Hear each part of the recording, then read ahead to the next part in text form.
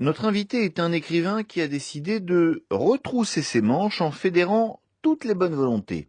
Alexandre Jardin. Moi, président, je ne prononcerai jamais ce genre de mots. Mais c'est exactement le genre de mots que je ne prononcerai jamais. Comment dire? Vous avez 25 millions de gens aux dernières élections qui n'ont pas voté, qui n'ont rien émis. 25 millions qui soit ont voté blanc, soit nul, soit abstentionneux. Si vous rajoutez tous ceux qui ont voté contre, juste pour éviter un affreux, je vous laisse faire le calcul. Ça veut dire que les citoyens n'existent plus. Ça veut dire que quand ils écoutent la radio, là, et qu'ils tombent sur un politique patenté, il n'y a plus de base, il n'y a plus rien derrière. Les gens n'existent pas. Donc il fallait les faire exister. C'est pour ça qu'on a créé la Maison des Citoyens. Et on leur a juste dit, venez vous compter. On va compter tous ceux qui comptent plus et qui sont majoritaires en France. Et tout à coup, ça a été le raz-de-marée sur Facebook. J'ai fait une vidéo, je l'ai postée au départ le 2 août. 4 semaines plus tard, il y avait 660 000 personnes qui étaient venues voir ça.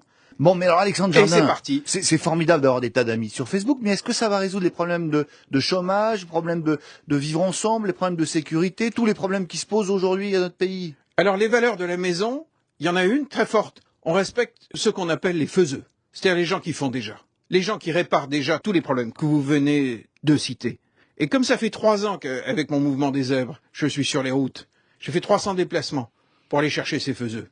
On en a trouvé 250 qui savent réparer.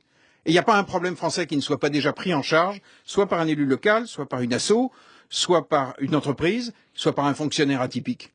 Vous avez des gendarmes qui règlent vraiment les problèmes de délinquance dans le Gard, qui font chuter de 80% les incivilités dans des collèges difficiles. Les faiseux, ça c'est la grande valeur de la maison.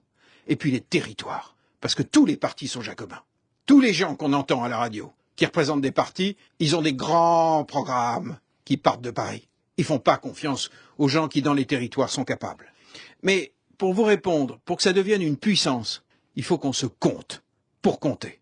Donc, vous allez sur Facebook, vous tapez Alexandre Jardin, vous retomberez sur la Maison des Citoyens, vous regardez comment on s'organise, et le truc qui est dingue, le pays est en train de se soulever.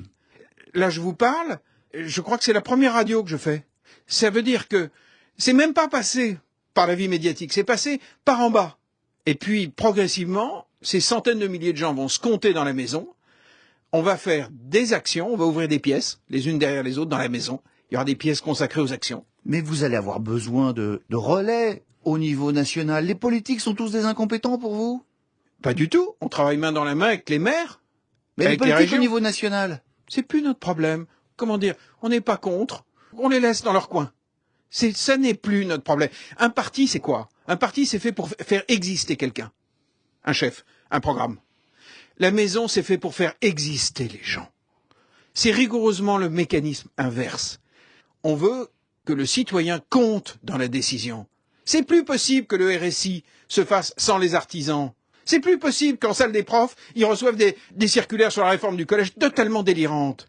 Est-ce que vous avez déjà essayé d'aider quelqu'un à remplir un dossier de RSA? Est-ce que vous pensez qu'un jury citoyen aurait validé un dossier à la con pareil? C'est une honte. Je n'y suis pas arrivé à aider la personne. Je veux dire, le citoyen ne compte plus. Eh ben, on va le faire compter. Vous me direz, ça va où? Eh ben, c'est les gens qui décideront dans la maison. C'est pas Alexandre Jardin ou je sais pas qui. C'est pour ça que je reboucle avec votre question. Moi, président, mon Dieu, on les supporte plus, les moi-je. Vous êtes contre l'État? Pas du tout, on va coopérer avec lui. Il sait faire plein de choses. Mais il y a plein de trucs qu'il sait pas faire, qui sont beaucoup trop compliqués. Quoi? Tout, quasiment, presque toutes les politiques de logement, d'éducation, l'accompagnement des chômeurs longue durée. Vous imaginez que c'est le boulot de l'État? Je vais vous dire, je vous prends un exemple. Dans nos faiseux, on a un truc extraordinaire qui s'appelle WeMove. Il y a un des principaux problèmes pour retrouver du boulot, c'est le transport.